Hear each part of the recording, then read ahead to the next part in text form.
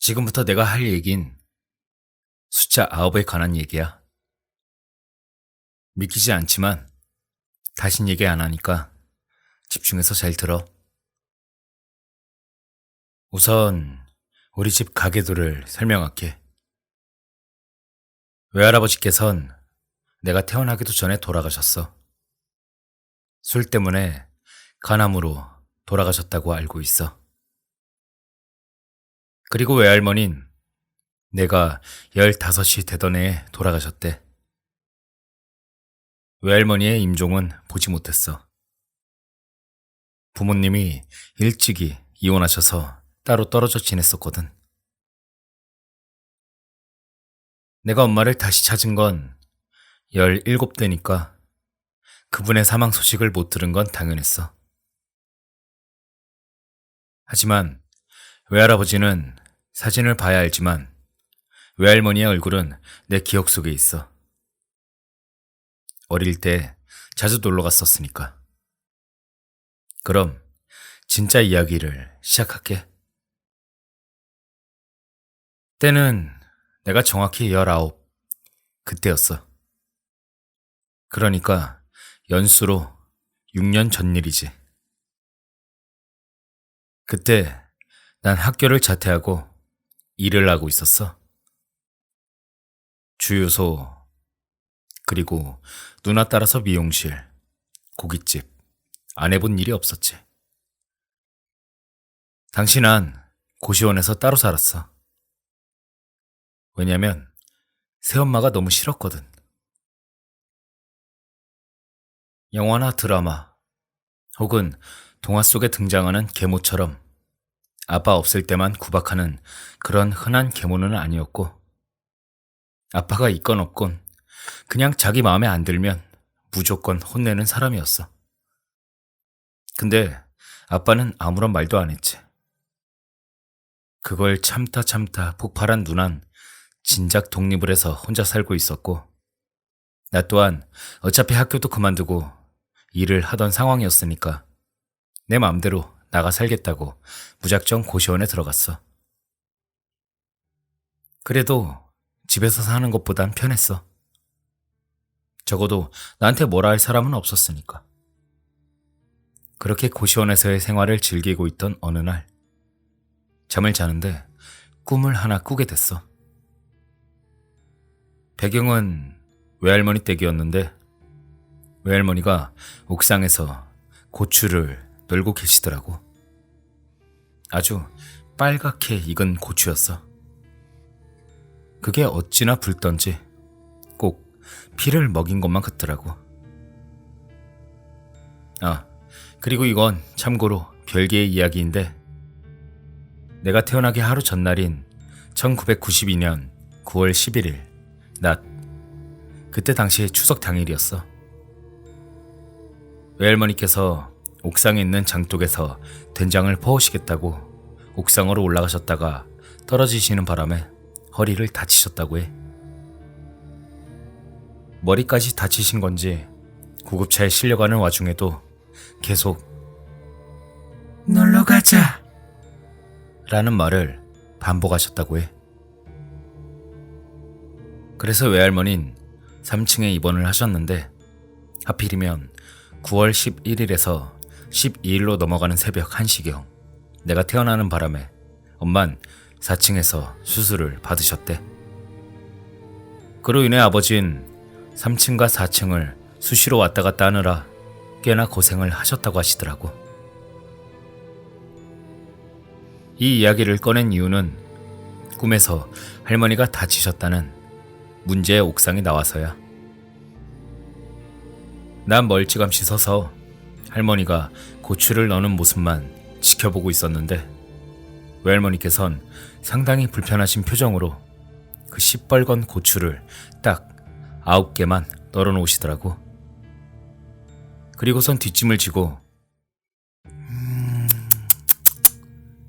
거리면서 혀를 끌끌 치시더니 나를 한번 쓱 쳐다보시곤 그냥 사라지셨어. 그리고 잠에서 깼는데 별 이상한 꿈을 다 꾸는구나 생각하고 넘겼지.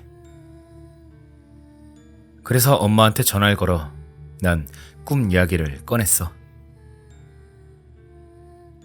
엄마, 내가 오늘 꿈을 꿨는데 꿈에서 외할머니가 나왔어. 그래? 뭐라고 하시던? 뭐라고 말씀을 하신 건 아닌데 고추를 널고 계시더라고. 옥상에서. 에휴, 거기서도 여태 일 욕심 못 버리시나 보지 뭐. 그러다가 이런저런 대화를 나누다가 전화를 끊었어. 엄마는 불자이셔서 평소에 꿈이나 무속 관련된 일에 관심이 많으셨던 터라 그래서 아마 엄마한테 제일 먼저 얘기를 꺼냈을지도 모르겠어. 아무튼 그 꿈은 그냥 그런 꿈인가 보다 하고 넘어갔지. 난 여느 날과 다름없이 열심히 일하면서 지냈고 별 다른 일도 일어나지 않았어. 그렇게 그 꿈을 꾸고 나서 열흘인가? 그 뒤에 다시 꿈에 외할머니를 뵙게 되었어. 상황은 그때랑 정말 똑같았어. 여전히 할머니는 옥상에서 고추를 널고 계셨고 나 또한 멀찌감치 떨어져서 그 모습을 지켜보고 있었는데 이상하게 이번엔 고추가 완전 검붉은 색을 띠고 있는 거야. 그 모습을 보면서 생각했지. 저 정도 말렸으면 된 거 아닌가? 하고 말이야. 그러자 할머니가 상당히 불편하신 표정으로 눈살을 찌푸리시더니 나를 보시면서 한 말씀 하셨어. 하우스가 문제야. 난 이게 무슨 소린가 싶었어. 그래서 되물었지. 네? 하우스가 문제라고. 그리곤 다시 사라지셨어. 난 이때까지 아홉수가 뭔지 삼재가 뭔지 뭐 그런 거 전혀 모르고 살았던 터라 별 생각이 없었거든. 그래도 혹시나 싶어서 인터넷에 검색을 해봤어.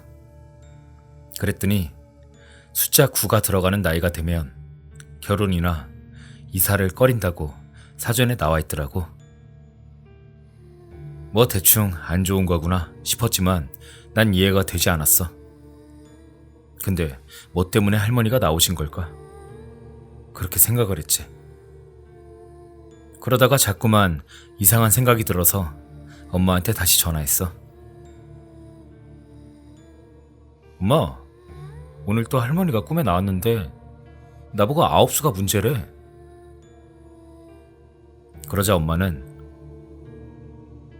아들 올해 나이가 19이지? 라고 되물었고 난 그렇다고 했어.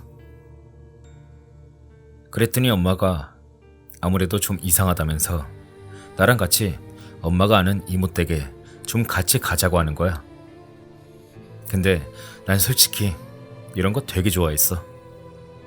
지금도 그렇지만 신을 모시는 집에 가서 이런 거 저런 거 물어보고 답 듣고 그거 나름 재밌다고 생각했거든. 그래서 난 알겠다고 흔쾌히 승낙했지. 그렇게 이틀 뒤에 엄마를 만나러 경기도로 갔어. 내가 살던 곳에서 버스를 타고 30분이면 가는 곳이었어. 그냥 서울이나 마찬가지였지. 내가 버스에 내리자 엄마가 길 건너에서 날 부르고 있더라고. 횡단보도가 없는 곳이어서 차가 오는지 안 오는지만 보고 곧바로 달려가서 엄마 손을 잡고 그 이모님 댁으로 향했어. 이모댁은 집 앞에 흰색, 빨간색 기가 달린 대나무가 꽂혀 있었고 이게 간판 같은 그런 건 따로 없었어. 난 엄마만 따라서 그 집으로 들어가니까 향냄새가 강하게 풍겨왔고 정말 신당처럼 탱화부터 다양하게 있더라고. 언니, 우리 아들. 엄만 그 이모란 분께 나를 소개시켜줬고 나도 인사를 했어. 그리고는 우린 앉아서 이야기를 했어. 우선 상황은 엄마가 그분께 내 이야기를 다 해놓은 상태였기에 이모는 내게 질문을 하고 난 대답만 하고 있었어. 꿈에서 외할머니 옷차림이 어땠는지 기억해? 아, 그리고 되게 온화하셨다고 해야 하나? 뭔가 아기 다독이듯 엄청 부드럽게 말씀하시더라고.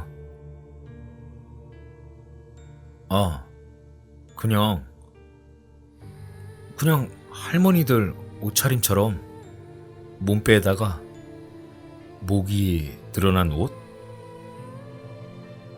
그렇구나. 그리고 또 할머니가 뭐라고 하셨니? 그게 처음 꿈에선 새빨간 고추 9개를 널고 쯧쯧거리기만 하셨는데 두 번째 꿈에선 완전 검붉은 고추가 9개가 놓여있고 그냥 9수가 문제라고만 하셨어요. 그러자 이모가 잠시 생각을 하시는가 싶더니 내 생년월일, 생시를 적어놓고 막 적으시다가 딱 한마디만 하시더라. 액살이 꼈어. 이게 뭔가 싶어 난 물었어. 액살이 뭐냐고. 그러자 이모가 조목조목 얘기를 해주셨어. 잔나비띠가 올해 눌 3재야. 거기에 9수가 들어가니까 저절로 액살이 붙었어. 그래도 할머니가 손자 지키신다고 허리도 아프신데 내려오셨네? 여기서 엄마랑 나랑 둘 다 벙쪄 있었어. 대체 할머니가 허리 다치신 건 어떻게 알았을까 싶어서 말이야.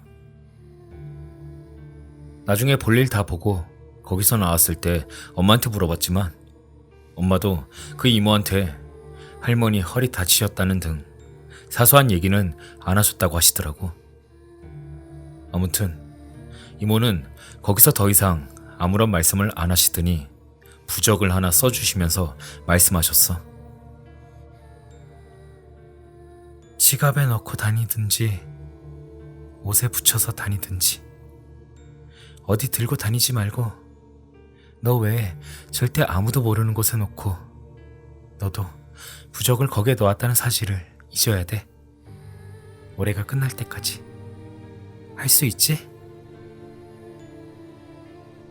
난 알겠다고 하고 부적을 받아온 뒤 고시원 침대 매트릭스를 드러내서 그 밑에다가 붙여놨어. 그 이후론 꿈에 외할머니가 나오는 일은 없었고 딱히 나에게 무슨 일이 생기거나 그런 것도 전혀 없었어. 그리고 나는 부적을 매트릭스 밑에 놔뒀다는 사실을 까맣게 잊고 살다가 고시원을 나와 한참이 지나서야 생각이 나가지고 엄마한테 물어봤어. 그 부적 안 떼었는데 괜찮을까 하고. 그랬더니 엄마가 이모한테 물어보겠다고 하셔서 알겠다고 하고 연락을 기다렸는데 조금 지나니까 바로 전화가 오더라고. 아들, 혹시 고시원 원장한테 말했어? 부적 있다고? 아니, 그런 얘기 안 하고 나왔는데? 그랬더니 잘했다고. 그럼 됐다고. 별일 없을 거라고 하고 고시원 원장한텐 부적 얘기 절대 하지 말라고 그렇게 넘어갔는데 최근에 엄마를 만나러 갔다가 그때 당시 이야기를 다시 하게 되었어. 이모가 써주신 게 꿈을 훔치는 부적인데 그 외에 다른 얘기는 안 해주셨어. 난 아직도 궁금해. 왜 고시원 원장한테 말하지 말라고 한 건지. 꿈을 훔친다는 표현도 뭔가 좀 꺼림칙하고. 근데 엄마가 다 잊어버리래. 그날 일은 지나간 거니까 잊어버려야 좋다고. 그렇게 말하더라. 잊어버리라고.